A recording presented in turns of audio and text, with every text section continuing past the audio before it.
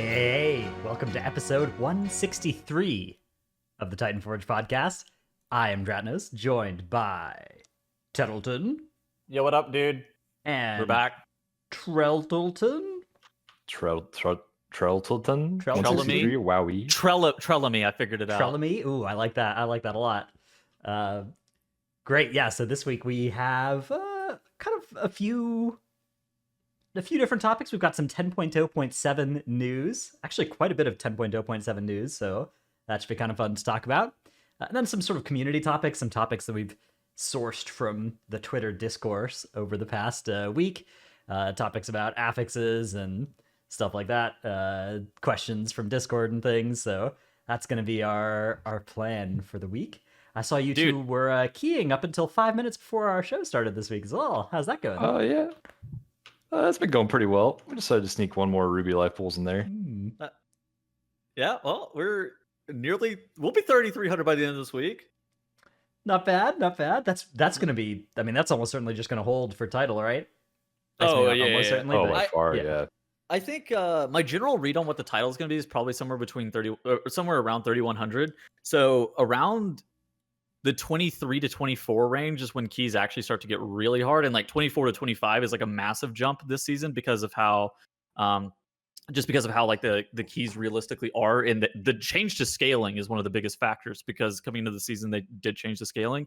I think that 23 to 24 range is where you start to see keys start becoming a lot less puggable, and at that point it's going to start walling people off from the rank 1 title. But there are a ton of people that are eligible for the title. How many people are we at right now? 1066. So the most characters, yeah. The most we have had previously was like 950 on NA. Yeah, so back in season 4 it was like, back in season 4 actually the title was 661 characters, and notably like a third of them got removed from the title, and none were added because of the Zenkiki bug. So that means 1 million players are in the pool of like score they're choosing the 0.1% from, right? Let's see. Top 1% would be 10,000. Top 10% would be 100,000. Yeah, so top 100% would be a million. Yeah, that's just on NA. A million characters have done a key. It looks like. Yeah.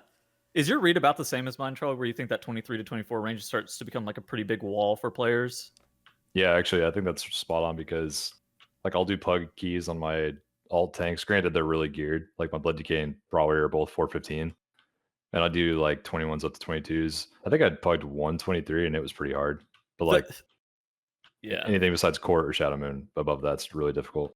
Because 3K right now is like all 22s, and like I've actually been pugging a lot of keys this season as well. And I pugged like a 23 Algathor Academy, 24 Naka and stuff like that. But like it is really hard to be pugging anything above, 21s even.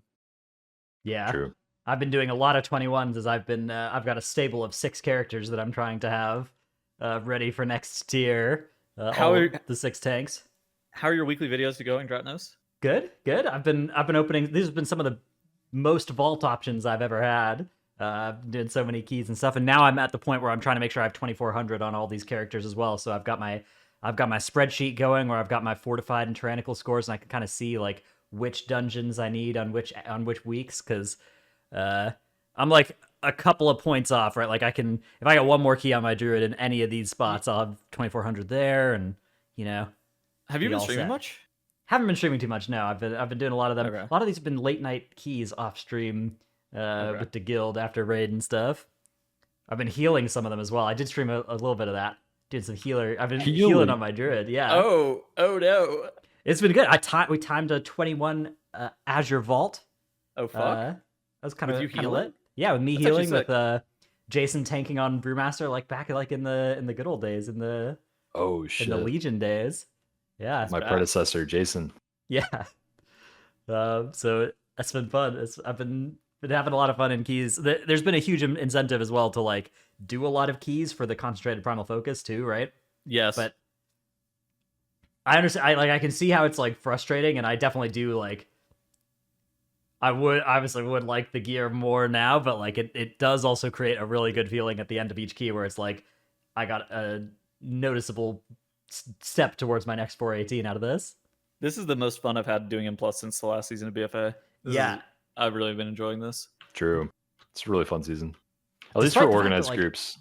Yeah, like I actually don't think it's a very good dungeon set either, or a very good affix, but I'm still having a lot of fun. So yeah, It's kind it's of cool. how I feel about the game. It's like I feel less.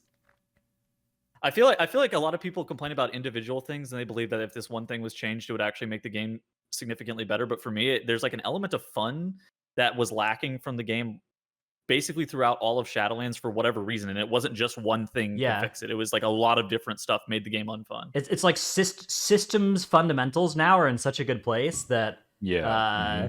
specific dungeons and affixes and raid fights can be bad, and it can still be fun to play them. Whereas if you go back to Shadowlands, it's like Castle Nathria was a banger raid, right? Like that. A lot of the fights were great. The atmosphere was fantastic. Like that was a really cool raid, but it wasn't fun to be playing during Castle Nathria season because of all of the systems fundamentals were really bad. So yeah, I think it's exciting. I think it's really good because I feel like it's hard for the dungeons, the affixes, or the raid to be worse next season than this season. I feel like all of those can only really go up from here, and so it will only get even more fun. Well, we do have Halls of Infusion and Brackenhide coming. Okay, that's fair. But like, I mean, Azure Vault and Knockhood on release, Yeah. or Azure Vault and Knockhood during the beta were awful. yeah, That's true. so No, they're not so bad now. they even though like I don't love any of the dungeons in the current pool, they have done a good job of like Game is making me fun. not hate them as much as I did in the first couple of weeks. A few of them. I think the big thing is like the game is fun, and I've been enjoying playing. I think the talent rework was actually a big part of that. I think the talent rework's been Yeah, a major point for me. Yeah.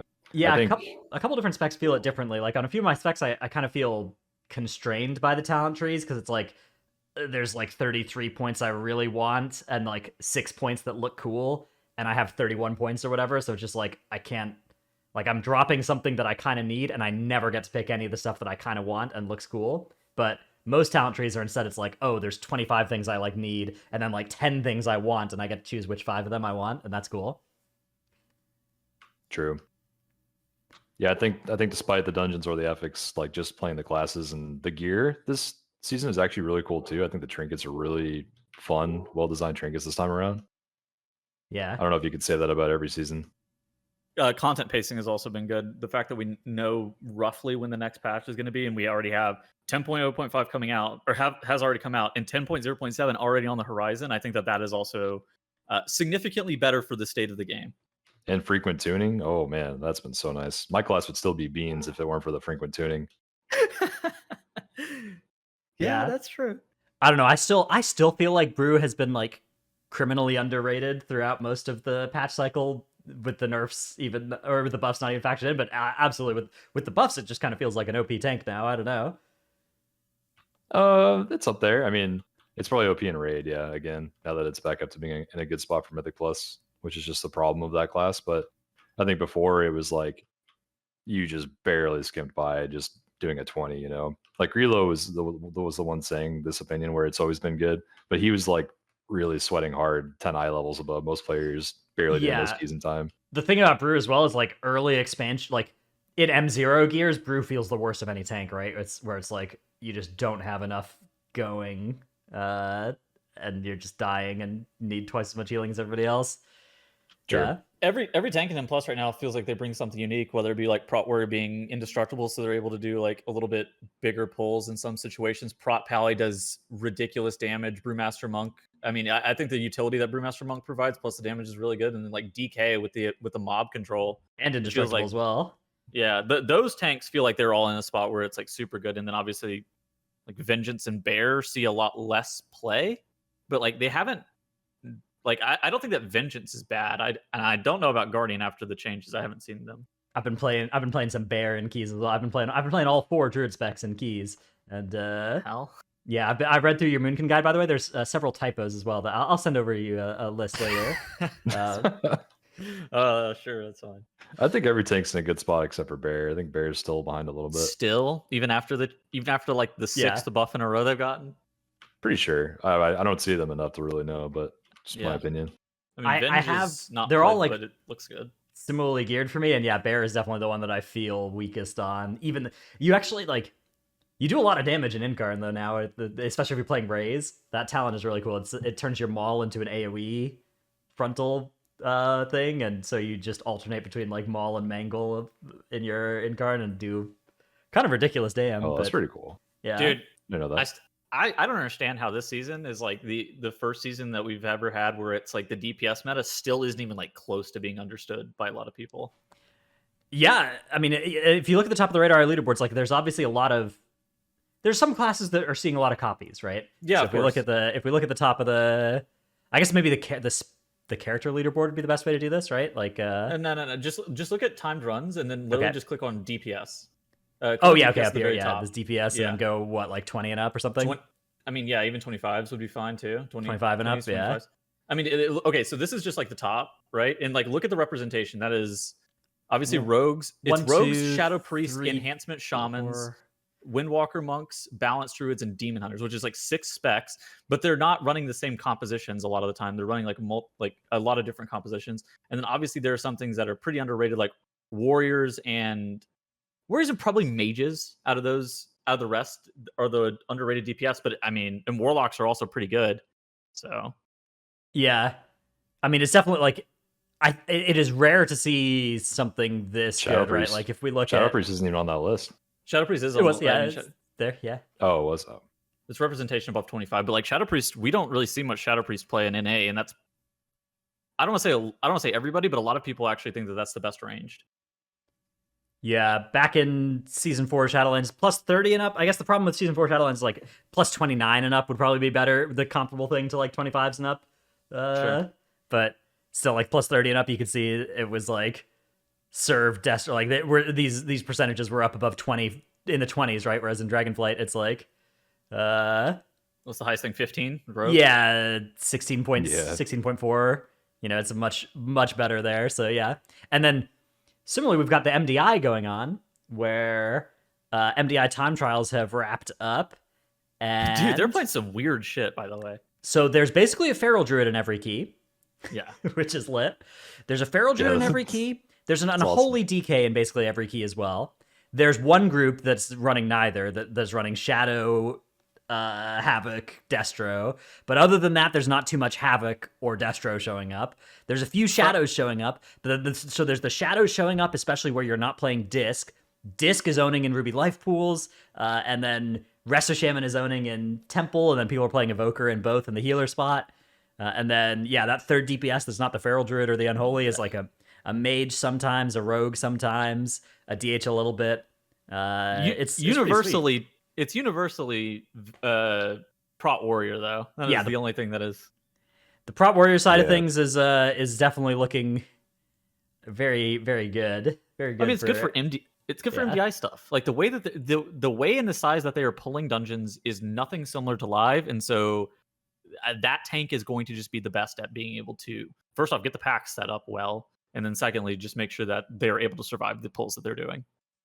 It's also insane that they have AoE taunt. Now that they're meta again for this, they have AoE taunt on top of being unkillable by physical damage. They're just by far the best MDI tank. And they have AoE a silence taunt as well if you need it for some dungeons, which seems rather good. Yeah, I think it's I'm not sure if they're running that in these, but I suspect they probably are, right? Like that's I don't know. I suspect they probably are. Yeah. I would think so. So yeah, M plus meta looking good, looking fun, and a lot of it is due to good balance as well coming in, right? Like we've seen of the specs that are showing up here, like a lot of them did get buffed, right? Like Fire Mage, that's a spec that's taken like 3 buffs. Feral Druid, by the way. Unholy DK's taken buffs. I don't remember, has Feral Druid, has it taken buffs or nerfs since expansion came out? It got single target buffs. Basically, Feral's always been good on AoE. Their single target has been pretty. It still is pretty bad relative to a lot of other specs. But their sustained AoE has always been their strength. Disc's taken buffs. Prez has taken a light tap on the wrist, but it's still obviously very very good. But yeah, so they've been doing a good job here of like, I don't know, like the meta would not be this good in these roles if it weren't for a little bit of or if it weren't for the balance on the MDI side. Obviously, the MDI is a very like special case though. But if you just look even on the regular keys, like there's also just a huge impact to the buffs and nerfs on those runs. Okay, so low key, I'm really sad that we're not having a TGP this season because I feel like pretty much every single team that would do the TGP would just have their people play mains as opposed to being forced to like main swap to something that's like FOTM, and that would actually create a really, really interesting dynamic. True. I still suspect you'd see a lot of multi-classing and like people swapping between stuff for different dungeons, different key levels. It's definitely not something like we would have seen the previous couple of TGPs though. Like, do you remember the second TGP of Shadowlands where everybody was playing like different stuff, whether it be like some people were playing Bear Druid, some people were playing like Prot Paladin, and it wasn't like super defined, and like healers were a little bit different as well. It was I feel like we would kind of end up in a situation like that. I guess I agree that teams would have different ideas from each other, which would be interesting, but I do think people would also like be swapping between dungeons on different characters. But yeah, for sure. But I think there'd be more variety though. For sure. I agree with that. Yes, I think there'd be more variety.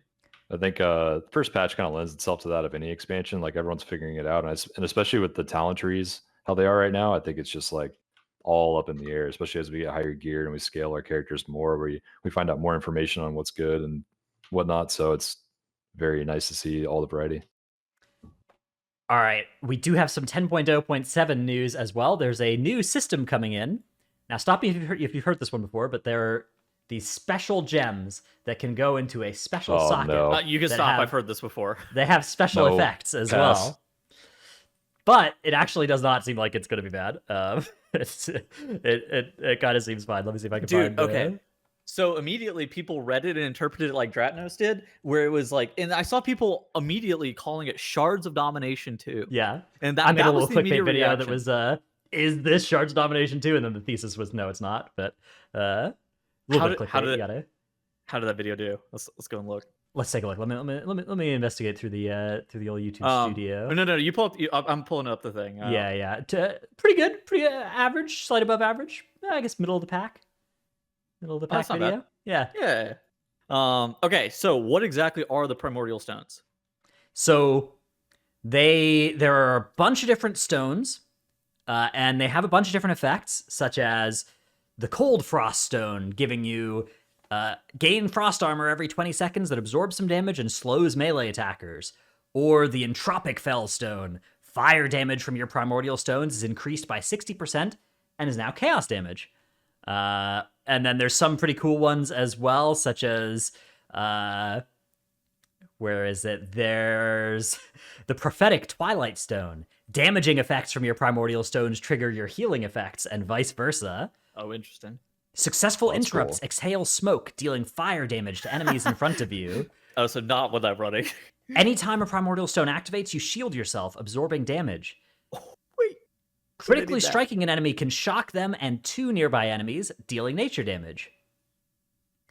Being near a dying creature saps a portion of their mojo and eventually crystallizes it. Ooh. What does that mean? That is not a Riot Games tooltip. That is a Blizzard Entertainment tooltip right there. When a nature or healing effect from Primordial Stone activates, heal up to 5 allies over time. So there's a lot of different effects like this, and yeah. So unlike the Shards Domination system, it's at least interesting to read them and think about them, right? The Shards Domination system, it was like your speed is increased by 30, your leech is increased 1% more damage, and interestingly enough, too, the acquisition of these has already a little bit been clarified by Blizzard. Yes. They made a blue post earlier this week, and they talked about effectively how it was supposed to work. They talked about how you're going to have a ring that's coming in 10.0.7 that's at 424 item level. They expect it to be replaced, but it's going to function similar to the punch card system if you played back in BFA. So the Mechagon punch card system, how you put the modifiers inside of that and then have different effects. Like basically everybody used Cyclotronic Blast that season, the laser zap, but you could have technically modified it to have different effects such as swim faster and stuff like that. Yeah, so you'll be able to get this ring from this Discara vaults, which are basically Torghast. No, they're not Torghast. They're not Torghast. They're actually not Torghast at all.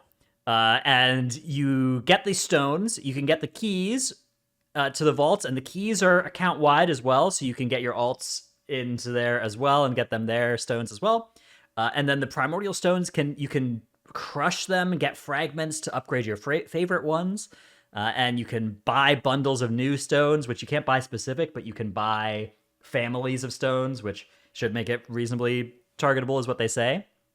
And primordial stones can be unsocketed from the ring as well. Now, why would they need to put something like this in a blue post? Obviously, they'd be my unsocketable, God. right? They would never design a system like this and not have the stones be unsocketable. So I don't know why they felt the need to have to put this clarification here. I'm surprised that they're already shooting out with this is BOA. I'm down. Well, I'm down with the this. keys are bind on account. Okay. The amulet and the stones are not bind on account. So The amulet and the stones aren't bind on okay. account, but the keys being bind on account means that like you necessarily shouldn't be gated, right? Like, well, I mean, but you get the keys from rares and chests across the Forbidden Reach. So like you're gonna have to Yes. do a lot of outdoor world content, and you're gonna have to do you're like if you want it on your alts, you're gonna have to do double the content. You could just do it on your main or your alts, right? that's fine. That's fine. Yeah. I think that all of this, like, as a system, they normally have a lot of restrictions in place. There seems like there are some restrictions for this, but there are far less than normal. And I think that actually works out well for a 10.0.7 patch. Yeah. So this is coming in 10.0.7, and it's not a system of the next raid tier. And then you can increase the item level of the ring up to 424, which allows its power to scale up in a deterministic way. But given its maximal item level, we expect you replace it with something better in Dragonflight Season 2. Now, That's fine. last time not last time, but there was a time where they had a similar system called Benthic Gear that was not replaced in the raid. And it was super bis. Reading through some of these stone effects, I am a little bit worried that the best combination of these will perhaps be better than a 440 ring for quite a while. It kind of depends, right? So first off, they could just deactivate the stone effects. That could just be a way of mitigating this, and they just completely deactivate the stone effects. That seems like a way that they probably wouldn't want to do. But a lot of these have they're like flat damage, or they read as like they're going to be flat damage procs. And do we know if this ring is going to have stats on it? Like it looks like it just has stam and then the 3 sockets. So yeah, the secondaries is something that you'll be missing out on. But yeah, I mean, it's That's tough. interesting. It's hard for them to find a spot where this is going to be like a good chase item at 424 and not still good at as the next patch comes out, right? Like because it doesn't have the secondaries on. I mean, it's just it is a really hard balance to strike, especially because these stones look like they're going to have pretty different values for different specs, right? Like dealing magic damage can fire arcane missiles for each kind of magic you've used in the past 20 seconds, right? Like what's a number that you put on this that is good for some specs, but not like really good for the spec that uses the most different schools, right? Like, yeah, I don't know. I think that I'm also okay with them taking a similar approach to what they normally do with like tier sets, where like sometimes after a tier, your tier set was too impactful or not impactful. More often than not, it was too impactful, and so they need to nerf the tier set a little bit to make sure you're not going to be wearing it going into the next tier. But then they'll compensatory like buff your spec or whatever like that. I think that this is totally fine to just like then they nerf them a little bit after the fact that they were going to be too strong or continue to be used. I think that's the best way to do it. Is like I think these stones should be powerful, and it should be clearly right to use the amulet when you can in 10.0.7. And like upgrade the gems and do that stuff, and then they should like nerf them all, nerf all the gems in 10.1, and that's fine. I'm okay with this. Yeah, that's fine if they're going out on a limb and trying to test new shit. And I think that this is like sometimes we always talk about like, oh, I'm down for them to try to test new things as long as it doesn't impact our experience. I feel like this is like a great way of doing it. Right. What I'm saying as a player though is that like there is a chance they won't do that, and there is a chance that one of these things will be bis in the way that Benthic Gear was, where it's like, if you don't have like you should try and make sure that you actually engage with the system, and because it might be it might be the best thing for you to wear through mythic progression next season. It might be, right? Yeah, like one or two things might slip through the cracks, right? Like just in case. The hardcore gamers will definitely farm them to death. Yeah, they've been fast on like the nerfs though. Like realistically, they have been pretty fast on buffing and nerfing things this expansion. Yeah, I'm just saying, if I were you, and as I am me, I will be making sure that I get a nice set of the stones and am ready to play them next year, because they might still be good, especially because it's a ring at 424, right? Like it is going to be tough to like you have to get a second good ring to replace it, unless you've got the Aeronog ring, right? And you're like a fire damage dealer. Then, which by the way, if they don't nerf that Aeronog ring, that thing is going to be worn by many specs all through Yeah. the whole expansion. So we will see. I was gonna say that, like, if you have the Aeronaut ring and the Darino ring, like, I don't know if you replace those, but also, like, losing 1,200 stats is a big deal. Yeah, So I don't know. Like, it sounds like it could be balanced pretty close, and you could have like an interesting choice. Like maybe you wear the triple damage ring on a single target fight, and that's it, or something like that. yeah. Again, like I'm not like pessimistic about it. I'm just saying there's certainly a chance that this is going to be an important item for 10.1 raid progression. So it is something worth like learning about.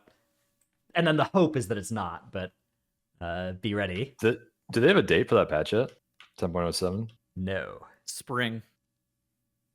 Yeah. Maybe That a month or roadmap. two. Yeah. The season of spring. I don't know. I would have an assumption that it's coming out in like late March, mid March, early April is what I'm kind of guessing. All right. Well, then late March would make sense from a corporate standpoint because that would be the end of Q1. Yeah. Well, here's the thing too. It's just like we have to kind of factor in when the raid is coming out, and it seems like people were kind of speculating that the raid is going to be like mid-May to early June. Is kind of what I've been seeing some people say, but like obviously we don't True. know. yeah, it's all just different speculation on top of other speculation, right? Besides that roadmap that they did put out that says spring. Yeah. Yeah. We also have some talent reworks coming in 10.07. DK. Trell, don't you hate one of these? What, the Prop Alley one? Yeah. Yeah, Prop Alleys are up in arms about this. It sounds like they got hit pretty hard. Yeah, so And honestly, we start there. I haven't kept up on my Pally too much. You might know more than me on this one, Dravenus, actually. Yeah, so basically the way they've swapped around the talents in the prot tree is painful. It moves the spec more in that direction of there's like 33 talents I need, and now I can't get them all, and that feels really bad. So hopefully that is an oversight, because I don't think that's the intention of this. I don't think they intend to do that to Prop Alley. So hopefully that is something that gets changed. But yeah, it's kind of a side effect of like a few of these different changes. They changed some of the stuff about the class tree as well that contributes to this too. And then yeah, moving these these swaps and the 2-pointers and stuff here is bad. You think they did this as a direct nerf to Drogo intentionally, Trell? I have no idea why they did this, to be honest, because like maybe it was raid Prop Pal driven, but I feel like Mythic Plus Prop Pal was in a pretty good spot, to be honest. Prop Pal is not even OP in raid. It's I know. I'm really confused by it. I did okay, and this may be completely wrong, but like Dorky was talking about earlier, he said that Prop Paladin, as it currently stands, doesn't really have many choices in their talent tree because they kind of get everything they need, and so they don't really make any choices. Is that correct? I mean, you use different stuff in Red and in M+, but there are some very good options that are pretty locked in for both. Especially the M+ build, it's pretty hard to justify changing stuff. There are some problems I have with the existing tree as well about like how expensive it is to take some of the cool options that you see. So it's possible they're tooling around trying to fix that, but if it went live as is with this most recent PTR update, that it would be bad. It would be worse than live. Which you hate to see. Yep, but it's not like they posted notes saying, "Hey, this is our intention," right? Like we feel like this is too powerful and we need to be able to instead it was more a case of like, "Hey, look, we're making changes to the Paladin class tree because we wanted to remove Seraphim because Seraphim is like button bloat and blah blah blah." So and we moved Divine Toll so that there's a powerful and exciting node. So like I think the optimistic look at this is like they probably didn't mean to make Prop Paladin feel a lot worse talent wise, and there's a good chance that was not a point of feedback they were expecting, and that they will react to receiving it. Yeah, we'll I guess the same. Yeah. On the other hand, Rep Pally got Leap. Is that right?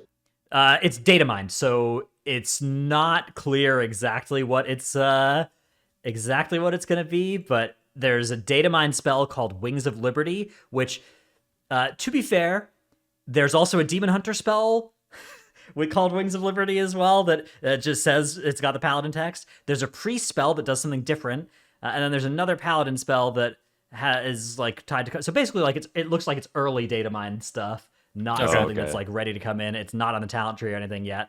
But dude, if they gave Red Pally a Leap though, that'd be so sick. I would want to go play that. I don't think you would. I mean, it would be cool. I think the thing is, it shouldn't be like a leap, right? Where you just like go from point A in like a parabola to point B. I think it needs to be Right. like you jump backwards and up, and then like wings go out behind you or whatever, and then you like hurdle Slam your straight sword towards into the the ground. target. Yeah, I think that Like would be meta? Death from above. No, not like meta, because meta is also kind of just like a leap. But I think it should be like a. I think the animation should be like up and back, and then like slam forward, Oh. like up Yeah, and like back. Rogue's Death from above move. Yeah, I remember DFA. Yeah, kind of like DFA, that. kind of like DFA. Yeah. But DFA would at a longer range, right? DFA only ever did like 10 yards movement or ever, right? But like this could go like 40 yards, right? Bam. Oh yeah, someone in chat said like the Angels and Spires, just like they did in the last Yes. expansion. Yeah, exactly. awesome. Oh yeah, those. I funnily enough, Rep Paladin. Do you know that Rep Paladin is one of the specs that has had the worst representation, in both Raid and M+ since Legion? I can see that. Yeah, They have barely ever like see them. something like 3% of the time since Legion to now they've been above the mean in regards to how much damage they're performing in Raid. Something like 3%. That's Yeah. crazy. They Nearly 10, almost 10 years, not 10 years, but like 8 years. they saw a lot of world first play in BFA, but that stopped in Shadowlands, and hasn't returned in Dragonflight either. But yeah, World first play definitely- doesn't mean that they're doing above the average damage too, though. right. Yeah. Well, on top it of is- all this, they're also getting that Retribution aura change, right? So this is the swing that Blizzard is taking at making them see play and raid and stuff. And well, so I think this aura is going to be available to all paladins. I don't think this is a ret specific thing, because Yes. currently Retribution aura is available to all paladins if you talent into it. So I think it's more like a 2 paladin requirement rather than a 1 Right, ret paladin yeah. requirement. But I'm not 100% sure on that. Hold on, I have that- some. that's an I've seen insane something else bonus. in regards to that, but I think that Blizzard may have accidentally transcribed their own Retribution aura incorrectly, because on the PTR it was different. Hold on, I'm posting. Yeah, this but in. their note here says that they don't want it to be just a personal only thing. I've seen the thing you're looking at, which is like a tooltip that says it only affects the paladin, but their note Yeah, here sure. specifically says they don't want it to be a personal throughput benefit. They're changing it so that it grants to the whole raid and Interesting. party.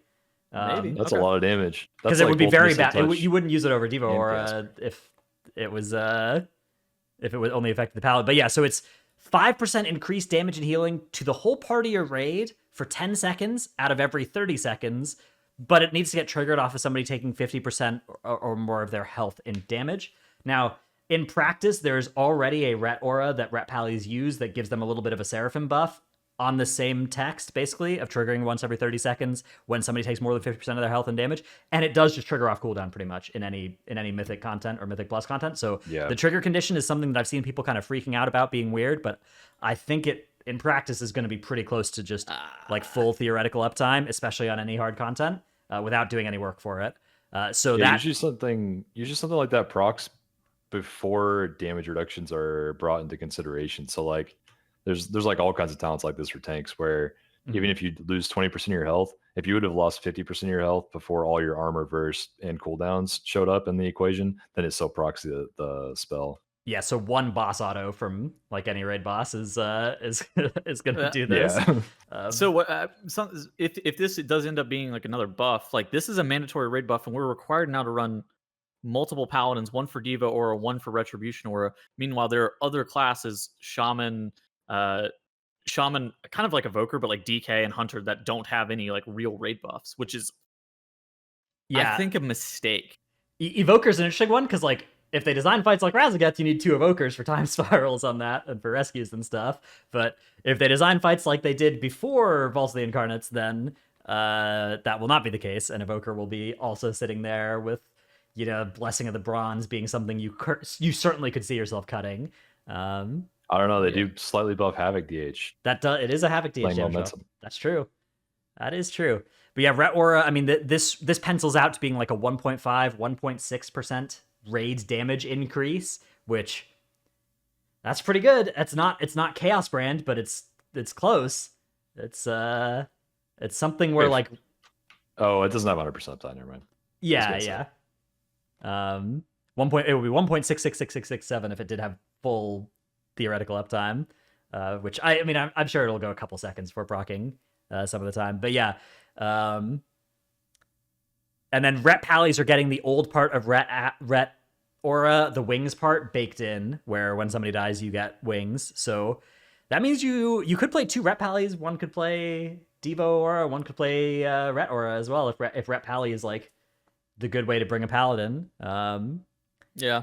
Like Holy Paladin for Devo, for aura mastery on Devo is compelling still. And actually, I don't know how Aura Mastery will interact with Ret Aura, but it's possible that you Aura Mastery Ret Aura with Lust and Potions on pull, and that's like a big damage increase. So, Oh yeah, that's a good point. That Yeah. might be the way that you run that. I'm not sure. And then you do a little swap where then your Ret Pally swaps to Ret Aura, and your Prop Pally swaps to Ret Aura, and your Holy Pally swaps to Devo for the rest of the fight. That'd be so annoying if you're the Paladin players. Mhm. This sounds so dumb, especially if you're forced to play 2 paladins in raid. We already have so much class bloat in regards to like what the mandatory classes every single boss are. Yeah, it's tough. Like I'm pulled in 2 different directions because it's like you look at this and there's 38 specs in the game, right? And like 28 of them have good arguments to be made as to why you should bring them to a raid group, right? And it's like, okay, this, and then we're seeing something here where it's like, okay, some of the other specs, right, like Ret, I guess this doesn't actually help Ret, but it helps Paladin as a whole, right? So what you're seeing of those like 10 specs that are being left out is like Blizzard's kind of extending some help to one of them, and you're like, oh, this is really good for them. But the thing is that it just makes the problem more acute for the other 9 specs, right? For the specs like Elemental Shaman, right? Where it's just like, man, now there's like one less flex raid spot that is already hotly contested that these specs are competing for, right? And it's just like, that part sucks. Serve Hunter. Yeah, serve, like you're just like, okay, well, I mean, Hunter. It's in another general, melee. man. It's literally another melee. No, but like it's just another melee Well, slot too. It's Well, not I another guess- melee spot, right? Because it could be 2 Holy Paladins, right? It could be 2 A Holy Holy Paladins, Paladin on Ret Aura, a Holy Paladin on Devo Aura, and then you have them swap whenever they're AMing, so that they can always AM Devo. That'll be really fun. I'm sure Holy Paladins will really love to do that. Yeah. I mean, Hunter basically has a raid buff in the fact that it does 100k single target damage right now. Yes. That is. And they just got a true. buff. They just got a buff. They did buff by the Hunter. way. Yeah. Yeah, they buffed that, by the way. That's fine. Well, I mean, the thing about Hunter as well is that they soak bows and guns, right? If you don't have a Hunter in your raid, you're losing you lose loot. So that's another thing they have going for them that Ellie Shaman does not have, True. right? That's true. Actually, that is kind of true. But yeah, if we look at like damage on some of these bosses, man, it's crazy how much Hunters are doing. BM got a 5% buff while being by far the best single target in the game right now. By the way, that's so. Yeah, funny. those. I think they buffed it because not enough people have the bow to really show that result in their data, right? And so now they're getting buffed, and then more people are going to get the bow, and then they're going to realize, oh my god, BM does so much damage on single target. That spec is Yeah. imbalanced around the bow. Not balanced, it's imbalanced around that bow. Yeah, I think it was like a 17,000 DPS increase on like a 5-minute sim for a BM Hunter, like a mythic geared. I mean, BM go Hunter. go and look at the statistics on Teros. Go and look yeah. at like Teros stats as opposed to not like parse it, not like yeah, this, yeah, but like I'll see your stats. stats. Yeah, yeah. There's a lot of Where's the first non-hunter? Oh, look at that. Oh well, this is Hunters I'm looking at. So Oh, we go all okay. classes. I was like, holy shit, where's the first not hunter? I suspect it'll be fairly high up. Let's see. Yeah, Warrior in 16. Okay, yeah. So We had a Harms Warrior at 16th, but yeah, yeah. Arms, okay, and then Shaman below that. enhance with This is- gamble I build guess this- probably. Should be damn. Yeah. This is damage to bosses on Terras. Yeah. That's fine. Yeah. Actually, we do stats. Damage to all bosses on Mythic, and then if we change it to, I guess it's still over a range of 2 weeks, so it's going to include pre-nerf, so But yeah, or pre-buff over a range of 1 week. wait, Yeah. where's BM? I guess this should be damage to bosses, right? Yeah, there they are. Yeah, What are look, we it's at the showing? bottom. Oh, we're showing all bosses. Yeah. Oh, there it oh is. yeah. Uh, So changes to Terras. Yeah. Yeah. Surf Hunter. What's the population of Surf Hunter? 94. Well, I mean, all 3 Hunter specs took a 5% buff, right? That's Yep. I mean, Serve only does single target damage. yeah, that's cool. I don't know. I mean, like I think as well, like the hunter situation is interesting because so much of it does come from that bow, right? So it's like if you buff the spec, maybe buff the spec and nerf the bow would have been the play for VM and MM, Yeah. right? So it's like Yeah, net for neutral sure. for the bow havers, and it helps the people who don't have that bow. But It is very rare though. it is a very rare item. That's true. It was a nice 8,000 DPS increase for petals. Yeah. Dude, I wonder the It's like 10 devastation of Ochre items. Staff is kind of similar as well, where like, man, that thing does a lot of damage to bosses. That's like 10 items worth of damage Yeah. increase, by the way, for those listening. For like the average raider that's mythic geared or even heroic geared, getting like a big upgrade. It's like typically right now 800 to 1,000 damage. Okay. Other news: Conquest and Valor caps are going away, and Cross Realm Mythic is opening up here on February 14th. So next reset, as of the time of recording this. Good all around, I would say. I've gotten into some hot water for saying that I think the Valor cap should have gone away earlier. Explain to Trell what you said recently that's got you in hot Wait, water. what? How's that bad? Well, so my point was that there's a lot of people that the Valor cap at 8250 doesn't matter for, that the Valor cap did matter for and negatively affected at 4000, and that also anybody that is in the class of somebody who it's affected by at 8250 was really affected by it at 4K when they, like, by definition they had 4000 less Valor spent on upgrades on their gear.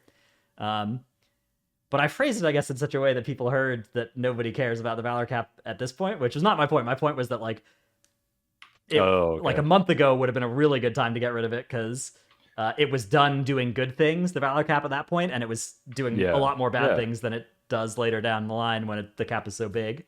Well, I totally agree with that. I mean, yeah, if it would have been removed like 1 to 2 weeks ago or maybe 3 weeks ago, I think it would have been great. But I'll take it. Still coming out like this.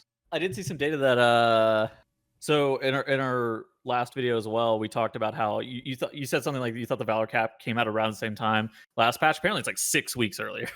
Yeah, it was wasn't it, the Valor cap was really 12,000 before they removed it in some shit like that. Season 3.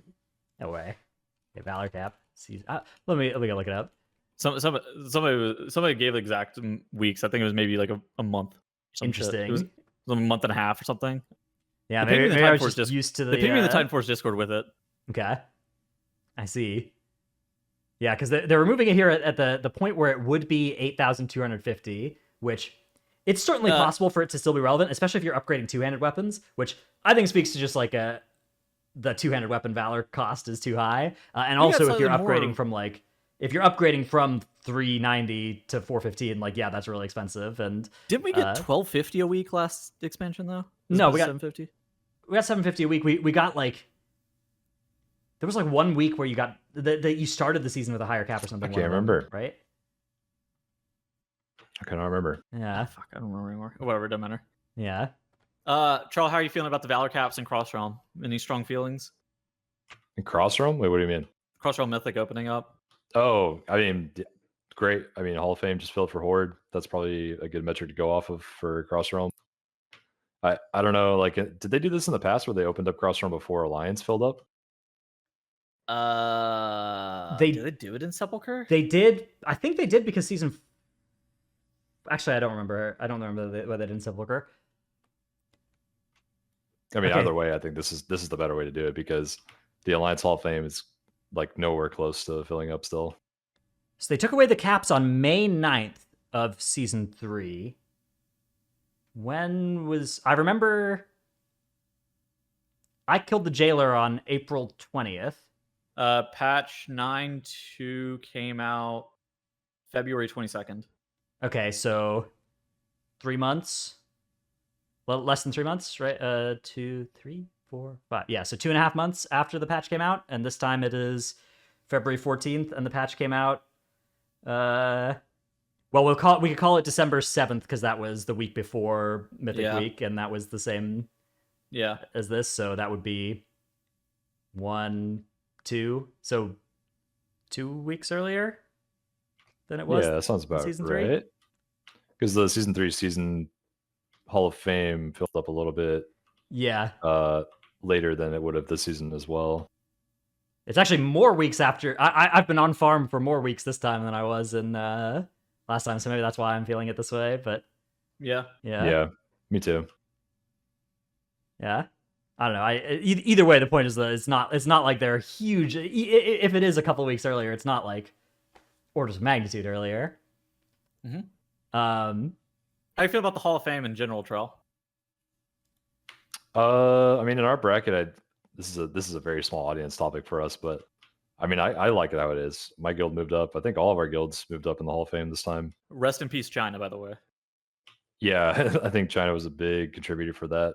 I'd say like maybe 20, 30, maybe more spots were open this time up until this last week that would have been filled by China. Yeah, next year as well. I guess next year there's only going to be like 5 Chinese guilds removed from the Hall of Fame because there were only how many actually cleared before the servers went down? Not very many, right? 6 or 7. Yeah, 6 or 7. Okay, so yeah, RIP. Hopefully they'll come back. I wonder if any of them will try and reroll onto a different server or something, but it's gonna be tough. I heard there was a Skyline Taiwan guild already. Oh, Skyline Taiwan, or something like that. Yeah, I mean, imagine right, like if our servers went down, we had to play on Canadian servers or something to compete. There'd be a lot of us rerolling over, right? I don't think that we. It's like I'm talking about like ping difference, right? Like okay.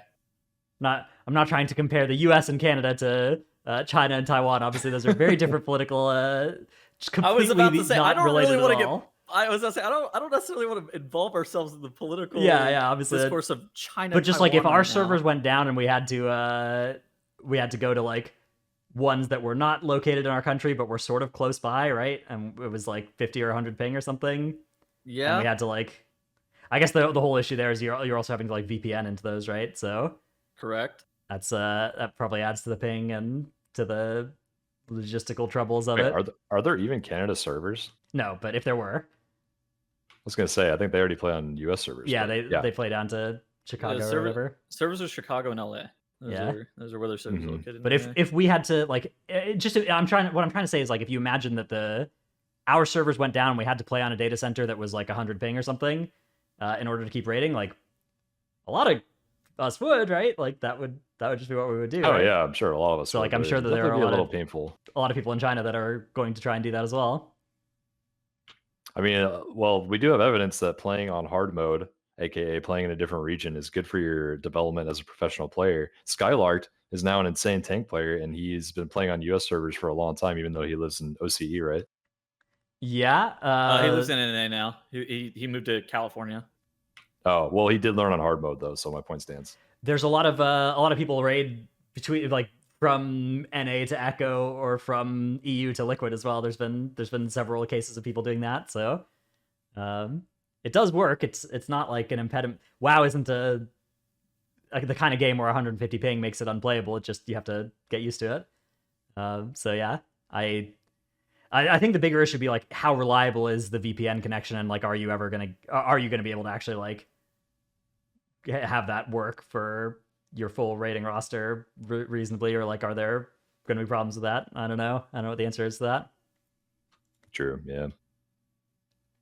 Okay, so yeah, that's what's coming soon is the Crossrealm Mythic though opening up, which is really nice. For first two are actually it's so easy to kill the first two bosses on Mythic this tier relative to a lot of other tiers that I suspect that pugging those, especially once Crossrealm Mythic opens up, is going to become very commonplace. And if you have a character that's like probably item level 410 or higher, it should be fairly easy to find a first two pug that will take you, especially like 415 or higher. So yeah, I'd say those bosses are easier than Heroic Razagast still, probably, right? Way I would easier. agree with that. What much? I do way easier. We carry Giga Rats for our third split through 2 out of 8, and these are like 360 item level characters and stuff. Yeah, there's no DPS. The DPS check is the Aranog wall. Is can you kill the outer it fire really guy is. of the Aranog wall? And if you can do that, then you can clear the whole first two very easily. Yes. Can your warriors and monks get to the wall without Yeah. charging themselves into a one shot. And also, if you bring a single priest and they mass dispel the Leaping Flames, there's no healing check on that fight. And then if you just play the Conductive Marks well, which admittedly in a pug is not always going to happen, but it's much easier in a 20-person Mythic pug than in a 30-person Heroic pug to handle the Conductive Marks correctly on that fight as well. So, yeah, definitely a good thing to get into. And if you're on a high pop server, you could already have been doing it even, but now with Cross Realm, it'll be a lot easier. And next reset. Okay. It's time for Tip of the Week segment. My tip of the week is that there have been several quality of life improvements made to the community feast in the community soup in the Tuskar village that people may not be aware of. First of all, it now fires every hour and a half rather than every 3.5 hours, so you can get that done more quickly. Second of all, the tasks are handed out more quickly on high pop shards as well, so you can get your credit that way. Third of all, Yes, chef. you get credit towards, so that 1 out of 5 quest or 0 out of 5 quests to do 5 things related to the community feast. Sometimes you can show up and there's only like 2 minutes left and you're like, am I going to have time to do this? There are a couple of things that will give you credit towards it that people don't know about, such as when you are assigned a task, if you hit the extra action button that says yes, chef, you will get one of those 5 completions for doing that, as well as for then doing the task. So make sure you hit your extra action button and say yes, chef, and get your 1 out of 5 for that. Second of all, so what you're saying is you can roll up and just press the extra action button 5 times without moving and get credit. 3 times, right? You press it once, and then the task that you got assigned gets completed. Even if you didn't do anything, you get credit for it. And then you get assigned another task, and then you press yes, chef, and then that task gets completed. And then you get assigned another task, you hit yes, chef. You don't even have to finish that task. You're done. But there are some other ways to get credit as well. If you show up and there's 60 seconds left on the feast. If you kill one of those beasts that's attacking the soup, it will drop a bunch of meat. If you pick up one of those meat pieces and throw it in the soup, you will get 1 out of 5 credit from that. That is usually pretty hotly contested, though. People go and take those, so you have to be really quick on the clicking fingers. Or, scattered throughout the village, there are spare fish. There's just random fish. There are these kind of big, large fish. It's not small fish that are clickable objects scattered throughout the Tuskar village. If you grab one of those, you can then run and throw it into the pot, and you can get credit from doing that. So if you check the buildings are a really good place for this. You can find these spare fish, grab them, and throw them into the pot, and speed run your community feast credit. And that's good because the community feast is the only way to get the alchemical flavor packet, I believe, and that thing goes for quite a lot of gold on a lot of realms. So can be a vibe. Not bad. That was Draven's most elaborate tip I think I've ever heard him do. It's crazy because about it's about the feast. RPing. It's not RPing. The community feast is an important source of valuable gold and renown. Somebody asked me the other day how long you've been an RPer for. And I said, love have no RPing. idea. Was it Corey? He calls it RPer all the time. I cannot confirm nor deny that. Okay. It might have been. I see. Charles, what is your tip of the week? Mine has to do with Mythic Plus. So there's mobs cool too, in I Temple guess. of the Jade Serpent that are very scary, especially to the tank. But actually the most important one that you can stop is what I want to mention is the beetle. And so like typically you roll into this pool with the beetle, the monkey, and the cat mobs. And you want to burst down the beetle first of all, but you also have to deal with his shields, and that's why you burst him down. So he puts up a shield, and once you break the shield, it just does this huge AoE to the group. Once you get to high enough keys, that shield will probably start to kill people. It's called Golden Barrier. But if you have enough stops, you can kind of delay or even just not let him ever cast that at all while the beetle is alive. So what we do is you let the tank buster go through if the tank can handle it, and then right after he casts the barrier, and you start stopping it at that point until he's dead. So like we kidney it, we gouge it, cheap shot it, blind, and then I like ring a piece, sweep, paralyze it over and over again until it's just dead. Also, if you're very powerful, if your tank is very powerful, rather, you can avoid kicking or soothing the monkey altogether, and that doesn't. Then he doesn't drop any of the ground effects at all. But if you soothe him or if you kick him from his rage cast, then like the ground effect will come out, and then you'll lose a little bit of DPS that way. True. I would only recommend doing that if your tank feels very confident in being able to tank that pack, like without it. Yeah, it's like a small optimization you can make there, but it's also just like the stops in Jade Serpent are really important, I'd say, Yeah. because there's so many tank buster attacks. Like the haunting Shaws is the other one I wanted to mention. They do this haunting gaze, and pretty much any class can just stop that with a knock or a stun or disorient, and it just won't recast until 7 or 8 seconds later. And that's pretty big for the tank player. And the reason why you do that one is because the other scary cast, which is Dark Claw from the Dark Minions or whatever they're called, that one's just so fast that it's not even worth trying to stop. It's like a 0.5 second cast. Yeah, the very last pack of the dungeon has like 3 mobs that do some of those, right? Yeah. Yeah, that pack has 3 Dark Clawers and 1 Haunting Gazer. And so Ah, you can at least stop the Haunting Gaze. Gazer. yeah. You gotta. Oh, that's a tough pack. All right, Tettleton, what are we looking at your Clippleton? Ooh, okay. There's actually a decent amount to talk about. So this clip has been fixed. Yeah, but, they have fixed this. Yeah. yeah. So one of the things that you could have done in Alcathar Academy was being able to snap birds up off the side to the platform. But I just wanted to talk about snapping in general in Alcathar Academy. Pretty much every single mob in this dungeon can and will snap if you were trying to take it to a different platform, except for the Guardian Sentry.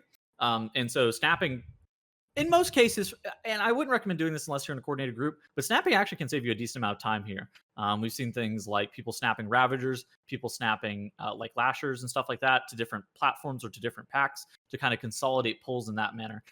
In addition to that, people are also snapping something like the Echo Knights and whatnot around the dungeon as well to try to, again, consolidate packs.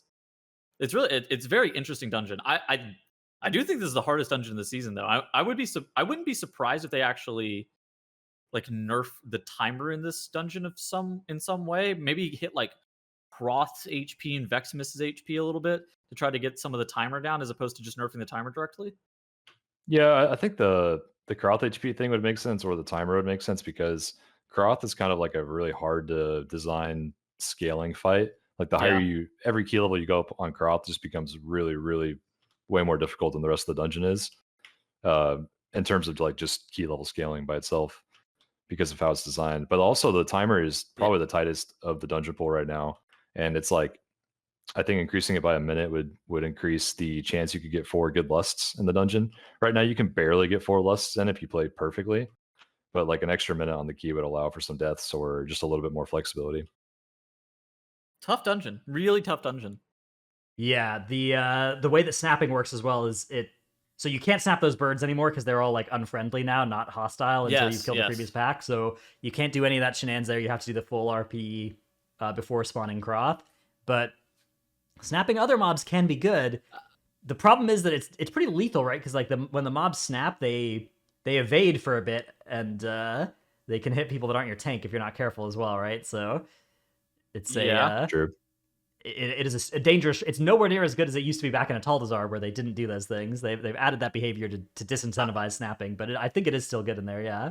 Well, actually, Alcathar is one of the dungeons where snapping, they don't evade for a few moments. They instantly auto attack. Interesting. So it's just like it was in Ataldazar. That's okay. one Yeah. of those examples. I thought that they still were hitting other people and like evading, but if then that's big. That's a good strat then. Oh wow. The only thing I also have to say about Algathar is like the Guardian Sentry, the mini boss. Don't try to skip him. You're gonna break your lockout. Yeah, so there's ways that you can get to the Croth platform without killing the Guardian Sentry, but then that hugely increases the chances that you're going to have the boss fail to spawn. No. Doesn't hugely increase it. It guarantees that the boss will not spawn. Oh, really? Is it? And then and from testing, killing the Guardian Sentry after having killed the birds, then the boss still just does not spawn. So you will like brick your lockout. Okay. It's like really bad. Very interesting. Must be very careful. You don't have to be very careful. Like you're like if you're skipping that dude, you're intentionally doing it normally. Yeah. Be very careful to not accidentally skip it on purpose. Yeah, like what? Yeah. All right. Let's move on to some community topics here. We've picked out some tweets and stuff from some different folks. First one comes from Megaset that said this was a twit longer she created about damage downs as a proposed mechanic for incentivizing DPS to do mechanics, which basically is like, instead of making stuff do damage that then healers have to heal. They Yes. should instead make the mechanics make you do less damage if you get hit by them in a lot of cases, which I think is a pretty good idea for. I don't think it should be used universally, but I think a solid 20% of mechanics that currently do damage could instead give you a debuff that made you do less damage, and I think that could be a nice improvement to making mechanics matter in a way that isn't just like, okay, the healer fixes it. Now, I will I can see say that. that Blizzard has taken an approach towards healing this expansion in M Plus where healers are not allowed to do as much damage as they were in previous seasons. Which is I do generally think is like a pretty good thing as opposed to like the healer like full damage profile that we had seen most of Shadowlands. Now healers actually have to heal a lot, and I do worry that like there would be maybe something. And we talked about this last week a little bit with Growl as well. I do worry that there would be something a little bit lost if they went and took like instead of like the Shadow Bolt volley doing damage to your group and like group wide AOE or like group wide wiping you, if it instead it put a 20% damage down on your whole entire group. I don't want to say I think I'd rather have it do damage, but I think that there are certain situations where it doing damage is better. Yeah, and her argument here is that it should be stuff like not stuff like Shadow Bolt Volley or anything like that, but stuff like Ground the when you kill the mobs in Azure Vault and they do a bunch of swirlies at your feet, or when they cast a thing and they do a bunch of swirlies at your feet, right? If you get hit by those swirlies, you die. Well, Yes. or you take a bunch of damage and your healer has to heal Yeah. you. What if that instead was you get hit by that and you're doing 50% less damage for 10 seconds or something, right? I don't mind that you get hit by that, you die. Like I Yeah. really don't mind those. It's so the thing is though, there's like a key level where it turns from like you take a lot of damage to you die. And at the level where it's like you take a lot of damage, it's like, okay, well, DPS don't actually suffer the consequences of their actions at that level, right?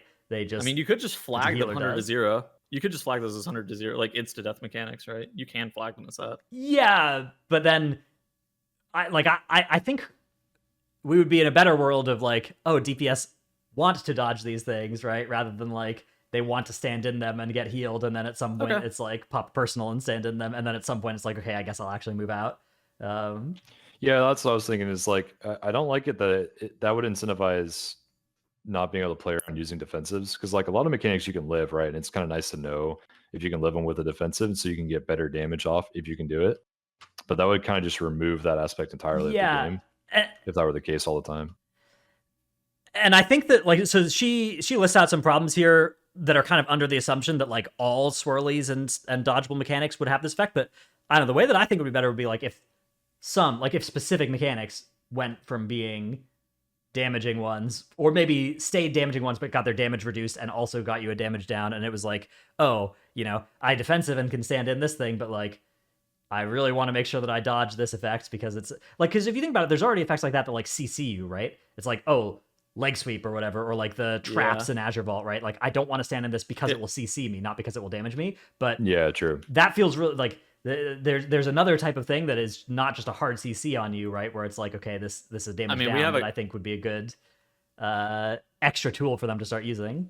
We do have a couple of those mechanics though this season, which are the Soul Sever in Knockout Offensive, which is whenever you get your soul taken, and the Malevolence from the last boss of Shadowman Burial Grounds. Well, okay, but first of all, Malevolence I think is a good example of this because Malevolence is dodgeable and you move out of that big ass cone and that's good. Avoidable. Soul Sever is not avoidable. Soul Sever is a damage down that you cannot avoid that I think is a pretty bad feeling thing. But the whole point of this is that it would be a good thing to add to avoidable, to the avoidablest, to the swirlies, to the frontals, right? Not to the Shadow Bolt volleys, which is basically what Soul Sever is, right? Is it the Shadow Bolt volley that damage downs you until you walk onto your like that? Yeah, that mechanic is not fun, but. There's also going to be one of those in Brackenhide in the last boss. If you get hit by the rotating puddle, it gives you a damage down. Yeah. Which tanks have to be like really on top of their shit to move out of it as it spawns on them.